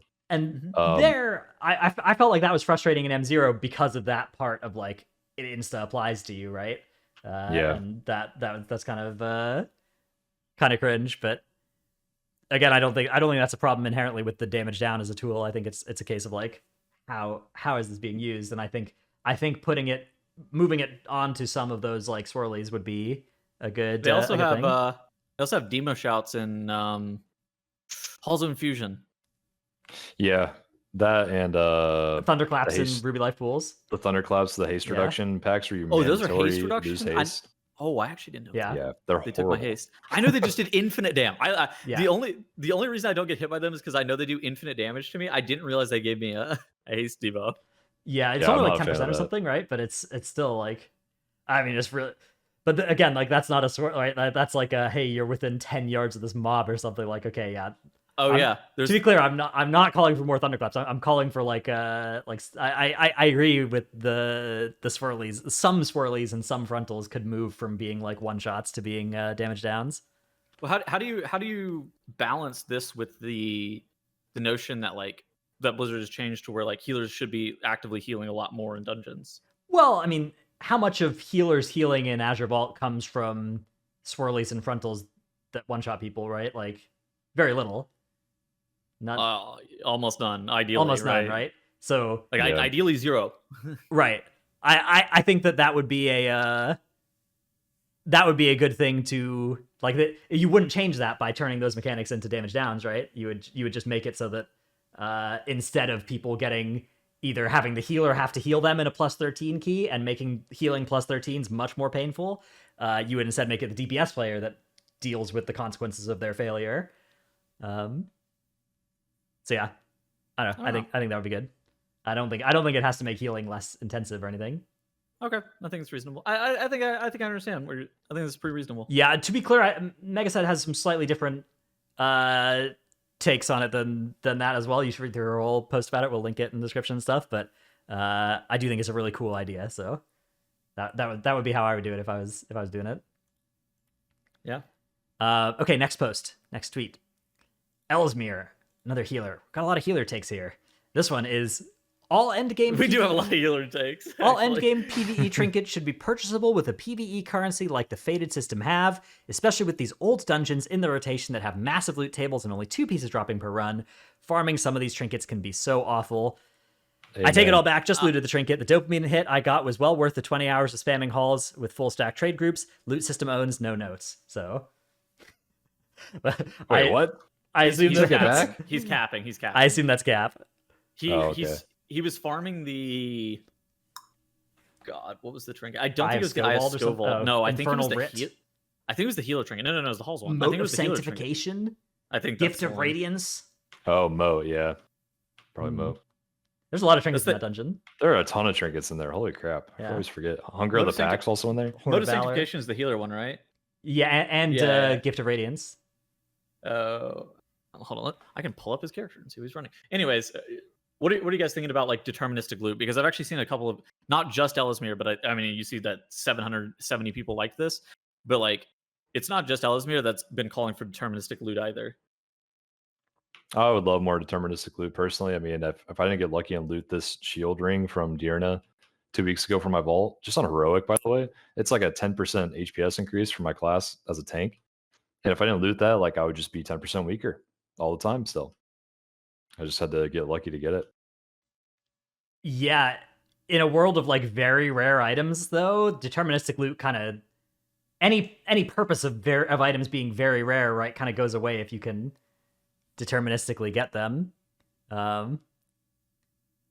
I mean, I would rather there just not be really rare items personally. I get why it's exciting. It really creates that dopamine hit for the people that finally get them. Like I was very happy when I looted mine, to be honest. But I imagine the world where I never looted one, which is definitely me some seasons where I just missed the trinket or something, and it's really frustrating in that case. I still don't have a incarnate icon. I think Manic Grief Torch as well is a non-rare example of a trinket that is similarly impactful from the raid, and obviously Yes, there's a bunch of M+ yeah. trinkets that fit at this level. There's the Evoker's Staff as well, which is also not very rare. That is similarly large impact. Yeah, I think a system like the Dinar system that unlocked, say, 6 weeks into the patch or 8 weeks into the patch, something like that, could be a good way to solve this. I think if they wanted to preserve the very rare thing as well, just buying any very rare item could be more expensive. It could take you 2 or 3 dinars or something to buy instead of just one. And then obviously that True. will cap I can with see that. just getting 3 total should I think go away, and you should be able to get any of them over a long enough playing. Yeah, because I do agree. Like, some of the items are very fun and very cool to get, but as a safeguard against one of them being like a 10% damage increase that you then just never get, being able to get it deterministically, I think would be really good. I mean, I was just looking at the incarnate icon on my druid, and still from raid.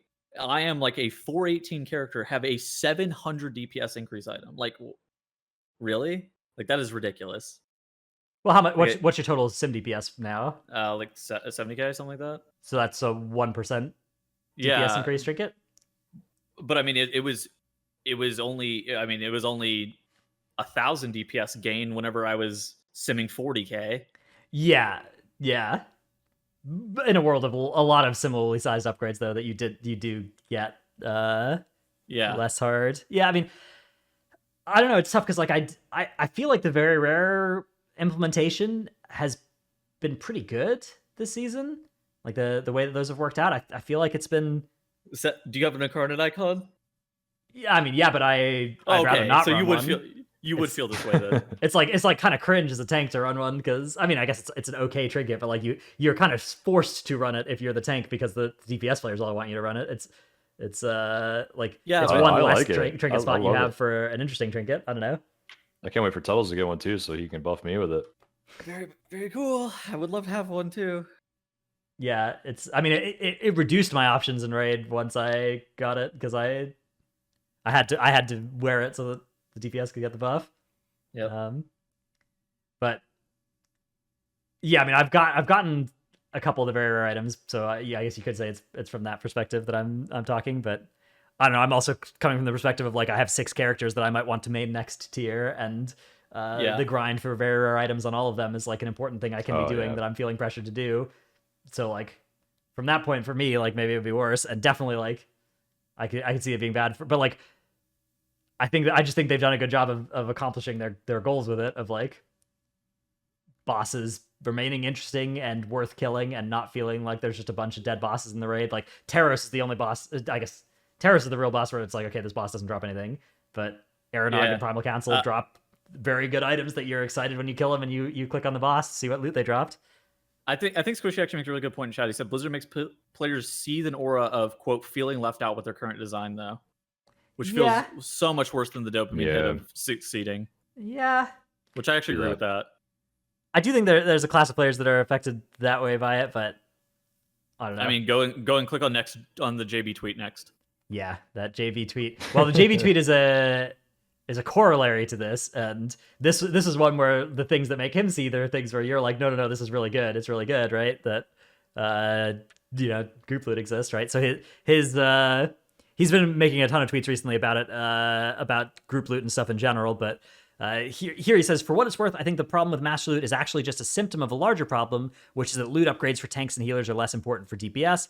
Would love for Blizzard to take a fundamentally new approach to these roles that makes gear more important. But the main reason he ended up tweeting this was because he tweeted this first thing of a Mythic Incarnate icon dropped tonight for the first time in a month, and still went to DPS, no questions asked, even though we're progging last boss of the raid and outgear every DPS check by miles. Master Loot is bad for tanks and healers, is what he says in slightly more caustic words. I mean, how does Master Loot's bad for people who are benched too? Like what? It's like Master Loot's just as bad for the whatever healer or no, whatever DPS is not going to be in on Razageth, right? Personal loot also, I guess personal loot, but you just wouldn't bring those characters to those bosses, right? Like being benched, but it is definitely true that like tanks and healers. No, you realistically could have brought those people to that boss. Right, but like you don't once you know what your Razageth comp is, you're not bringing other characters to Primal Council, right? Like on your farm. Maybe you are if you for want vaults to be and shit at some point. Well, yeah, but you want vaults on your Razageth characters, right? You only need 6. You only need 6 bosses. Yeah. Well, I mean, counterpoint to that is a lot of these items were designed to where you want them to be on your tanks and healers. Like Grief Torch and Icon are great choices for a tank in the raid. As much as I hate to say it, because they buff the rest of the group straight up just by having those items on. Like TPS players are probably going to die more than tanks in progression, so the tank Grief Torching on cooldown is insanely good. Icon that buffs all the DPS and healer players that also wear Icon is really cool. We gave some of our early grief torches to our tanks, and we used them quite well on Razagath. Yeah, but if you think about like a tier token drops, right? Like, I mean, he's not talking about the very rare items so much as like Yeah, it's Master more Loot like as a tier, whole yeah. for tanks and healers, right? Like Mystic Lapis Forge Stone drops. You know, is the first one that drops in your raid going to a tank or a healer or a DPS player, right? It's always going to a DPS player in every guild. And if you are somebody like JB who wants gear, right? Like your own character's gear is like an important part of why you play. Master Loot does not do a good job of you getting the items that you want, which I don't know. I mean, it's a very real problem of the system that has been that there's not a good answer to, right? It's like it's just, do the upsides of it outweigh that downside? Yeah, I think that's just a problem with the way the game is intentionally designed. But I don't know if there's an easy fix, because the game is meant to be like a team activity, you know, and you're always going to have to prioritize someone that's going to use an item better than others in like a high rated team. Well, generally, and I mean this has been the case for WoW for a while. More DPS increases the ease of where you're killing a boss, and it just makes fights generally easier.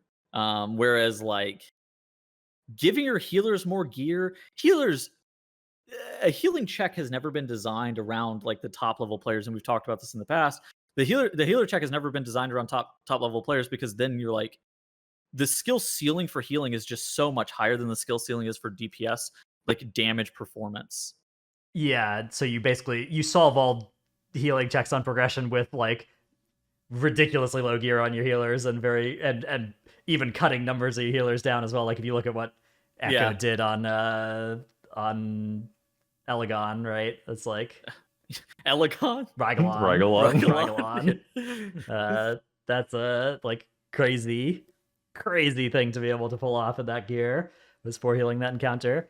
But yeah, so that's where JB comes in with the take that is not one that we've talked about before, unlike the Master Loot stuff, which is I think this is better. Yeah, gear, like a 10 item level upgrade on DPS on your chest piece is, as you said, fundamentally more valuable to the raid than a 10 item level upgrade on a healer or a tank, right?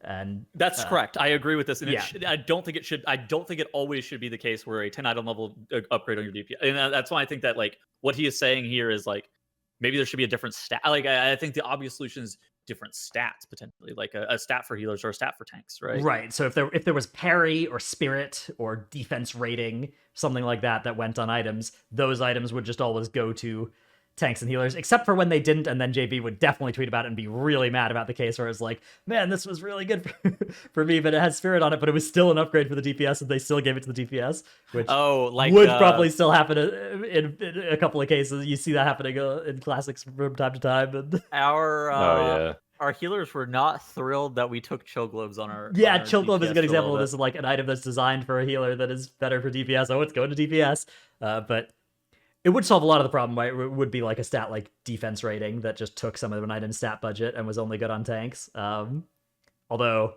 the problem is that like a stat that purely impacts your tanking or purely impacts your healing would not be a good stat for tanks or healers long term, right? Like you would take it early on because it was better on you than it was on the DPS, but long term you'd be looking to get rid of that stat and just go with, haste. And do damage. I mean that also presents other issues too of having stats, because that makes it really hard for DPS players to flex into tanking or healing if they need all these stats that the game's balanced around. True. So like let's say you're in a heroic week of a new raid, and you're a DPS warrior and you have to tank for your group because all the other tanks are already running keys, and you're like, oh well, I have 0 defense gear, so I'm just gonna get crit every global like it was in classic. Dude, you're so right too. That's actually not a position I even considered. Is like you can't even multi-spec. Yeah. I wouldn't be down for that. I think that's one of the primary reasons they got rid of it, personally. Well, it's cringe, yeah. Like having to have like a full set of gear that is different than your main. So the other way to do this then would be to change the way that tanks and healers work, such that one item level on a tank was as valuable for raid progression as it was on a DPS, which that is a really hard problem to solve, right? It's like, how do you do that besides making tanks do as much damage as DPS, and how do you do that on healers ever? For tanks, I think it's easier to solve because I think that And I don't know why Blizzard hasn't done this, but I think that they are like tanks are allowed to do as much DPS as Yeah, but DPS while they're tanking.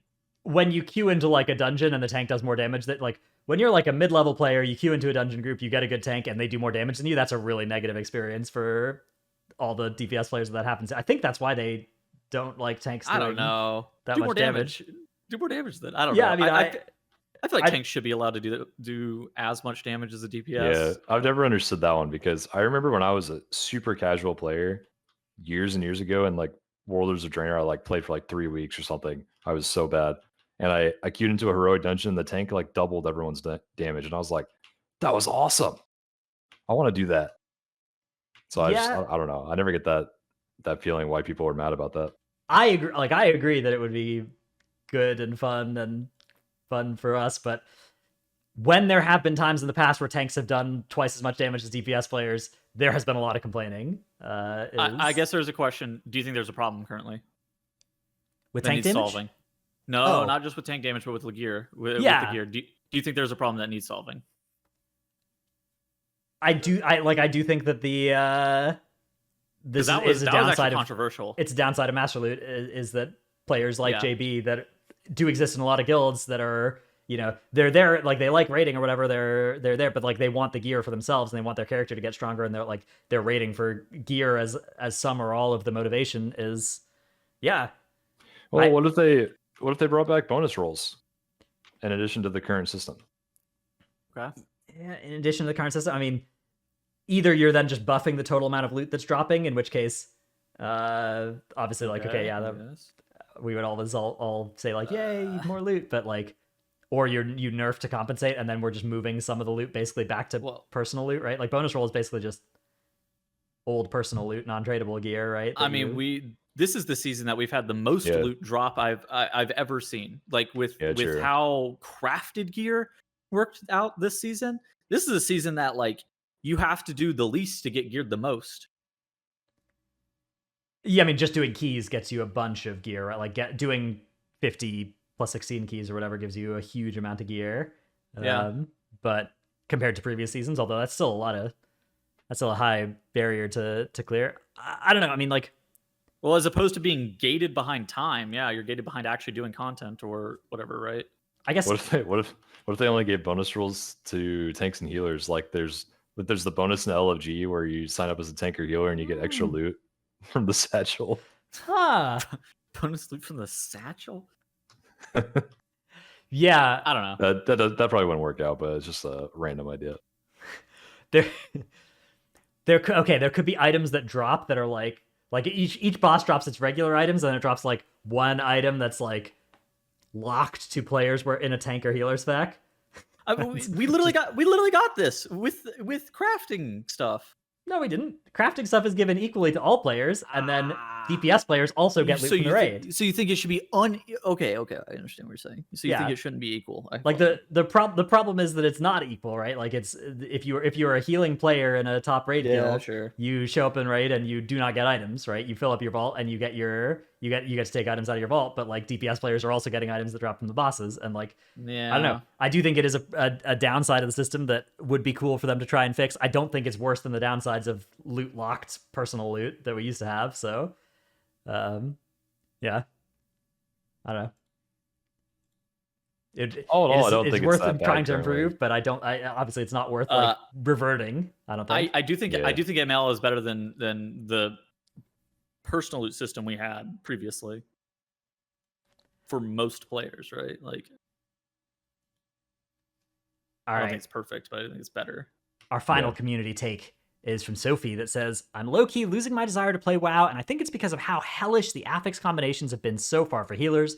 There isn't a single week where I'm just happy to be cruising through and not having something interrupt my rotation, like quaking, right? Or just make me suffer, like explosive, right? Bursting. Got a lot of affixes, a lot of weeks that, as we discussed last week with Growl, are kind of healer weeks. Andy had a good take in our Discord as well. You can pull it up as well. There's like a screenshot. Yeah. Let me while he's getting that, I swear, I mean, I say this so many times, but I swear if they just took off one affix row from keys in general, it would just make everything so much more bearable. What did Andy say though? Are affixes a too big part of dungeons? Every week has some affix I'm not looking forward to play. Yeah, we had this as a Q&A question last week, right? Which I guess makes them balanced on some level, but with dungeons swapping every season, do we need to have the current level of variation that affixes are providing? Do we actually have this Q&A last week? All right, I think we did, yeah. I can't remember if we did, but I totally agree. Like, I think affixes are too aggressive in the dungeons. I think if anything, the seasonal affix should be the primary focus affix. And in most cases, it's like bolstering shows up and becomes the primary focus on top of an already hard thundering affix in addition to it. Or like this week, explosive for healers. Sophie's a healer, so she's coming from that POV. Explosive bursting for healers is really, really difficult. And I think in a world where we now have different dungeons every single season, I think having all these extra affixes on top of that to learn at the same time is probably just too much on average. And I would really like to see one less affix per key, if possible. Quaking last week, well, on top of interrupting shouts, on top of thundering spawns, was so oh my God, fucking annoying. The quaking thundering combo is definitely a nasty, and like you said, I mean, both the parts of the quaking affix were amplified by this season's dungeons and affix in a big way. The most annoying part of quaking last week was the two things that I noticed were the worst was Wise Mari and the last boss of Ruby Life Pools. Those two are so cringe, dude. Wise Mari is just like quaking, Storming is magically a hard affix on Wise Mari as well. It's like, oh wow. Here's the deal. I don't think those bosses in isolation are bad. Yeah. I think that it's just like they were set, like the affixes are set up in a way that it just can't be successful. Yeah, I think I agree as well with the take that like it does disproportionately land on healers, right? This season. Because I think partially because I think we talked about this with Growl last week, because Necrotic and Inspiring went away, and those were affixes that were not healer affixes, right? Like those were hard, annoying affixes that were dealt with by somebody other than the healer. Now every week that is left has basically got hard, annoying affixes that are dealt with by the healer, like Explosive. One way or another, healer's dealing with Explosive, right? When you either kill it or you heal it off, right? That's true. Either way, you're dealing with it, and then Bursting and Grievous and Quaking, all healer affixes, right? Yep. I mean, I think this has always been the case with affixes. They always impact the healer negatively. I think it's a little bit more exaggerated now, to be honest. But like almost every affix affects the tank as well. There's very few that don't. Like Volcanic is one that almost never touches the tank, and Spiteful doesn't target Spiteful.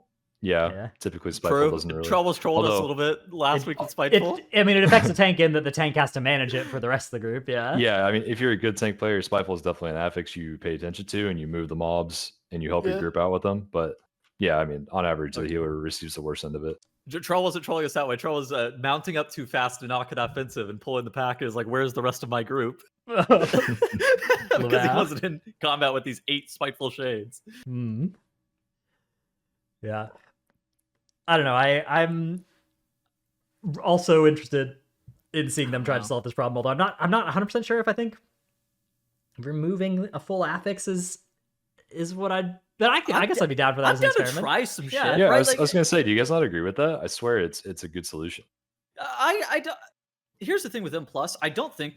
Okay, I'm not satisfied right now with what we currently have, and so I'm down to try some new shit, right? And it may be they may actually end up going in the wrong direction with what like your suggestion is I will say unconventional. I think that a lot of people just call for the affixes to be nerfed directly, but I think that like we've only nerfed affixes since their inception, and they haven't felt fun yet, and so I think that we need to really kind of rethink like what's really wrong with affixes.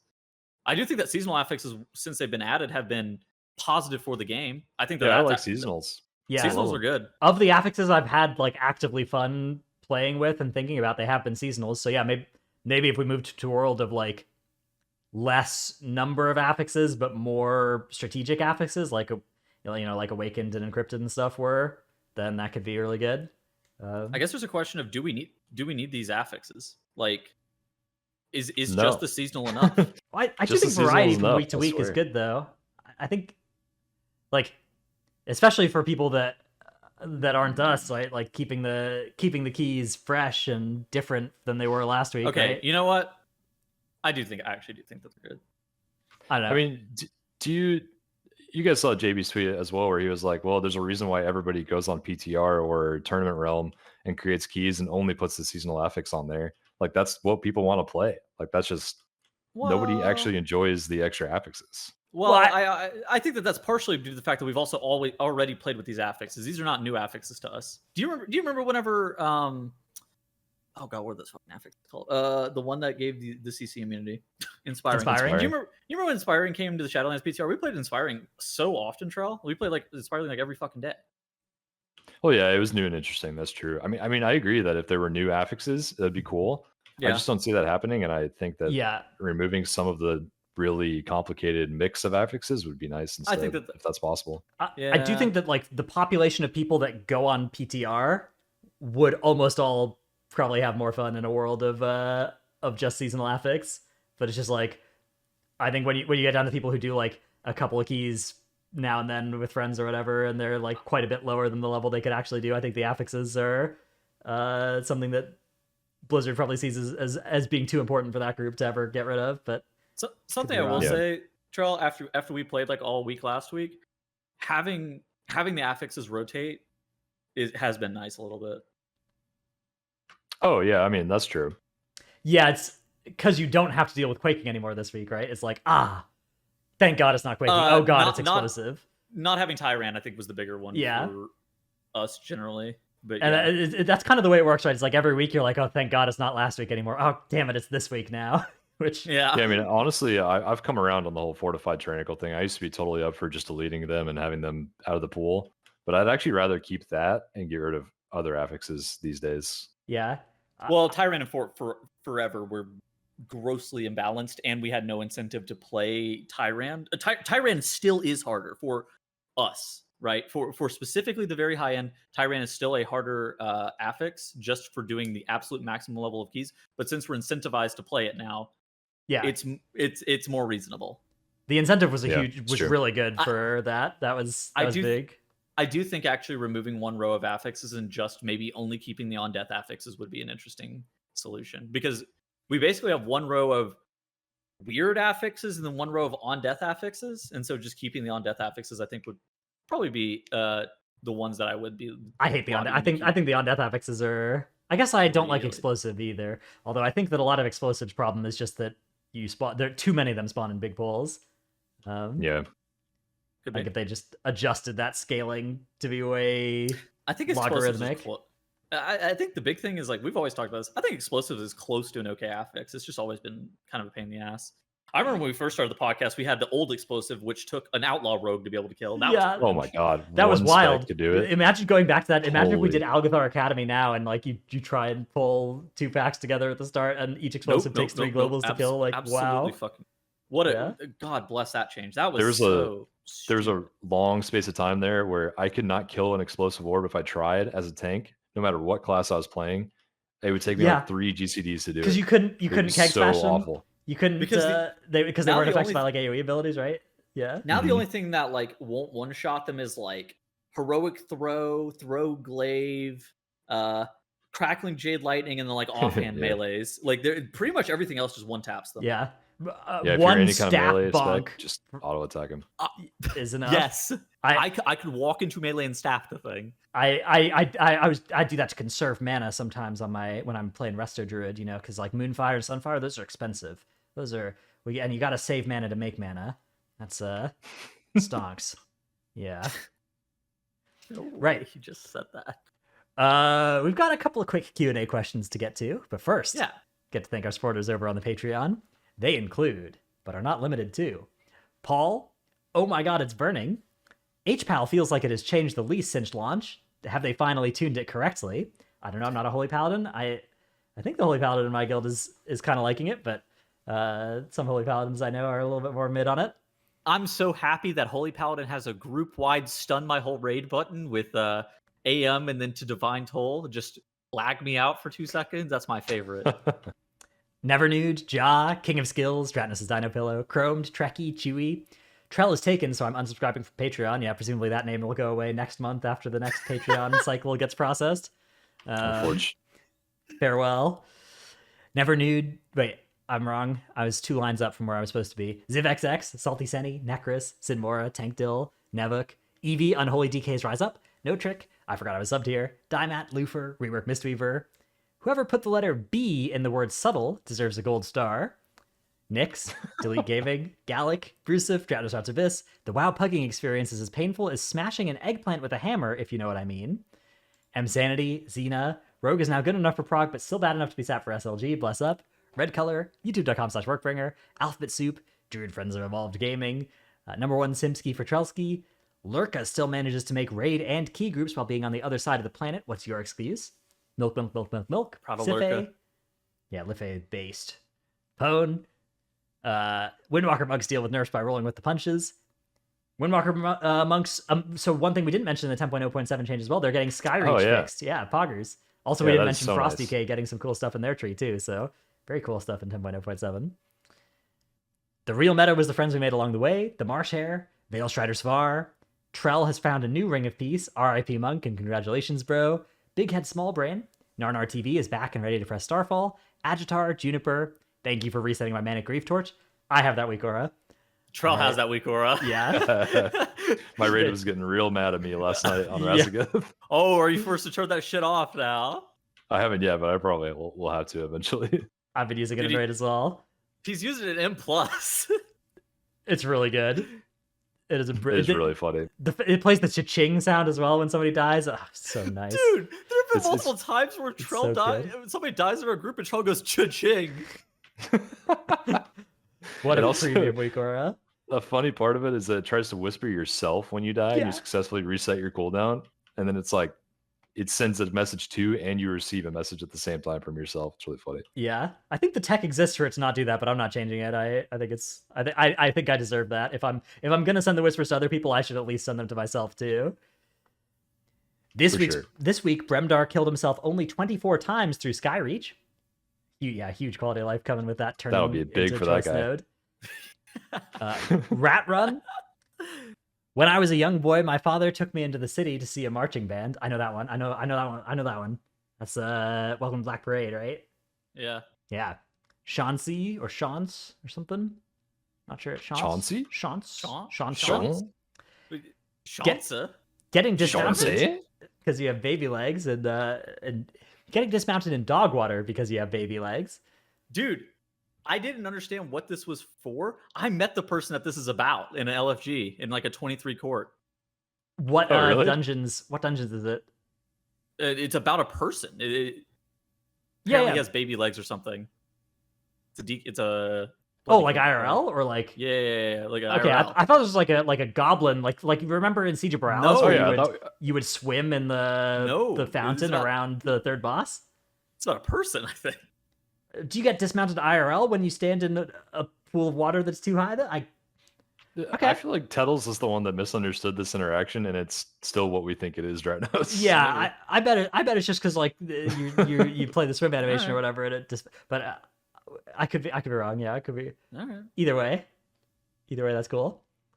And then finally, Evoker gets better in later patches because it scales very well. I get it. What a fucking Good terrible one. joke. Our first question comes from Marco in Discord, who says, Blizzard has chosen to remove the Valor cap 10 weeks into the season, effectively ending time gating for M+ gearing up to eye level 415. Should they also remove the heroic and normal raid loot lockouts at some point in each season? I saw this take under the Valor caps. I think J-Funk tweeted it J-Funk as well. Gaming, and Yeah. he got many people told him not nice things. Yeah, which I don't think it's that horrific of an idea, but I do think it would be like you would just if this happened, we would spend like 10 hours getting every single person Whispering Incarnate Icon and Manic Grief Torch Heroic and Aeronog Ring and Broodkeeper Ring, right? Like Yeah. that would I not don't know be about that one. That would not be fun. I'm glad we don't have to do that as soon as it's open. Yeah, it is an interesting question though. Of like, okay, the gate in M+ has gone away, right? Should the gate in Raid get changed somehow as well? My opinion on this is that like some kind of dinar implementation would be the better way to do this. Yeah. But yeah, I think that the Raid loot lockout is a good system. I think that's good.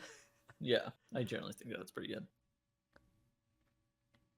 Our next question comes from Topher in Discord, who says, I feel like the health buff is an under-complained about part of Thundering. Do you think it even counts as a Kiss Curse affix, since the damage amp is basically countered by the enemies having 5% extra health? Do you think you get more than 5% overall from the buff? What do you guys... Okay, what percentage of your damage done in the dungeon do you guys think comes from the Thundering bonus? I think it's lower than 5% by default. I think it's only a negative affix overall for most players until you do so many keys like I have that you realize that you can that it's like based around burst damage, and especially trinkets that are like flexible on use trinkets, like Grief Torch is the best example by far. Like you always want to press Grief Torch during Thundering because it's just going to do 30% more damage, and like a lot of other very, very fast bursty abilities that you can fit between area denial mechanics or whatever else is going on that you can kind of reliably put in the 15-second window during Thundering. Like stuff like that is really, really positively impacted by the affix. But if you're not min-maxing that, I think you're not going to make the 5% mark. We are, in some of our runs, we've been lusting around Thundering, right? Like we, not always, but like on Croth, I think is a good example of where we are our lust is predicated on when is Thundering coming up next, and is it also going to like kind of line up with Croth? Yeah, will you get a Thundering during a Firestorm stun that you can lust or not? Yeah. Yeah, if you can line up Lust, Thundering, and the Firestorm, but that is just insane damage. That's money. But yeah, like a lot of the time I'll like look at when Thundering is coming. Like I have it like really out of the way spot at like the top of my screen, and very infrequently do I look at this, but sometimes I'm looking at when Thundering is coming because I don't really care when I'm sending the CD, but I want it then. And I'm like, all right, I'll wait a couple seconds. This is fine. Yeah.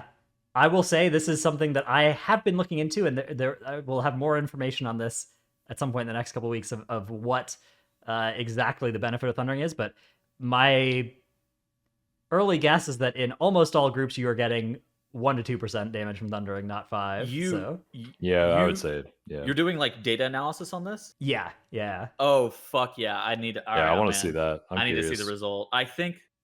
Because it's a 30% damage buff for 15 seconds every minute. Yeah. Have you guys been logging your runs? No, but I can start. Start logging, and I can include yours. Yeah. We're gonna have Trell with the fucking manic Grief Torch. Yeah, we. I'm coming out on top. And Dranos is dead. And there was one outlier. Yeah. Trell got plus 12% damage. Good lord. Yeah, I don't know. Tyrannical. I can't run that on 4. I'm too squishy. I don't think that the I do think that it doesn't count to, it's not an affix that like speeds up the dungeon, right? It's never an affix you would choose to put on the key because it comes with that 5% extra health. I think even if it didn't come with that 5% extra health, I guess maybe you would choose to put it on the key then if it didn't come with 5% extra health. So maybe because like Shrouded, right? Yeah. Shrouded is an example of an affix that you would choose to put on most keys, right? It sped up every single it sped up all the dungeons from that season. Yeah. So like that was an example of an affix that saved, and Thundering, certainly with the 5% health, I think is not one of those affixes. I don't know, like the health buff though basically just means that like it just affects the ratio of health to damage in keys, right? Like, I thought they removed the fucking health buff, honestly, dude. No, it's baked in. I thought during the PTR they removed it. I don't even know why. That's another reason why the keys scale so hard every key level. Like 26 to 27 is an insane jump in difficulty because of all these factors. 24 to 25, yeah, is ridiculous. So if you took this 5% extra health away, though, you could basically think of it as like keys would get easier, but then if that means you're able to do keys one level higher, you could instead see it as like, oh, okay, they nerfed the mob's health but buffed the mob's damage, right? In these dungeons, right? Like. So it's kind of a question of like the trade-off between how much health mobs have and how much damage they deal. Okay. Is that good right now? I don't think it needs to move in the direction of them doing more damage, right? Like I think it's probably good there. So I don't think it needs to. I don't think they need to get rid of this 5% extra health thing for that reason. The problem is that Thundering feels too gimmicky to where if you fuck it up, you're kind of upset, but like not impactful enough to where you're like, damn, this is like. We have to really, really, really be optimized with this. Although I did kind of get upset with our healer earlier whenever he cleared on the Insta. Yeah. It sucks when you like have a bunch of stuff prepared for Thundering and you're like actively thinking about it, and then you're put in a situation where you can't use it anyway. Like that does feel the worst. The hard stack. Like that's just Yeah. really annoying. Dude, I mean, there's so many bosses where our call out is just clearance. So don't even fuck around with thundering here. We're gonna wipe. Like we Yeah. first boss in Azure Vault and like the last boss in Ruby and shit like that. We are a team. I'm clearing fucking right now. Yeah. Yep. Get your 1-star surge. That's all that's fine. happening with this thing. Yeah. All right. That is the end of our Q&A and thus the end of our episode. We will return next week for a maybe a little MDI preview episode or something like that, because that weekend is going to be when the MDI kicks off. So Oh, that's gonna be exciting. Oh could shit, be a I'm in. vibe. Yeah. Barrel Druid. Oh my god. Spoilers. But yeah, I hope everybody enjoyed this one, and we'll see you then. All right, Later. goodbye. Bye.